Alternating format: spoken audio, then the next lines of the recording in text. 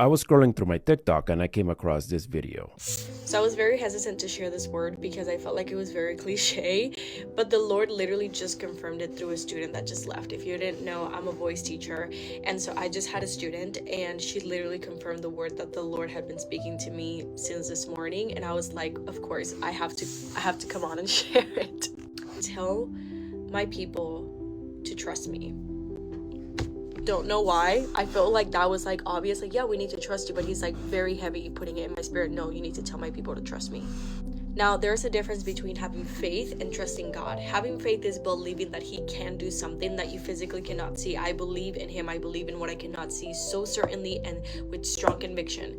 Trust is trusting that he will follow through in what he said, is believing that he will do what he said he would do, is believing in his character, is trusting in who he is. So there's a difference.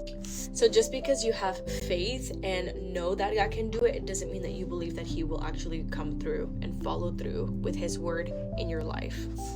But today the Lord is saying, tell them to trust me. So I'm reading the trust verse, which is Proverbs 3:5. Trust in the Lord with all your heart and lean on your own understanding. In all your ways acknowledge him and he will make your path straight. That is the scripture for you today. So I'll tell you how he confirmed it with my students so that you know how much he really cares about you hearing this word today. So a student comes in, and like I said, I'm a voice teacher, and she comes in and I'm asking her how her voice is doing, blah blah blah, and she's like, well, I'm a little, my voice is a little hurting. And I'm like, why? She's like, well, because I was like preaching this week for my homiletics class. And I'm like, oh, okay. So then I'm like, what did you preach about? And she's like, well, I preached on Proverbs 3:5, which I know what that scripture is. Trust in the Lord with all your heart. And I'm like, no way. Did you know that the Lord literally just confirmed a word in my life through you? And she's like, what do you mean? And I'm like, he's literally been telling me to tell his people to trust him all day long, and then you come in here and tell me that you literally preached on the proverb that talks about trust in the Lord. And you know what I'm saying?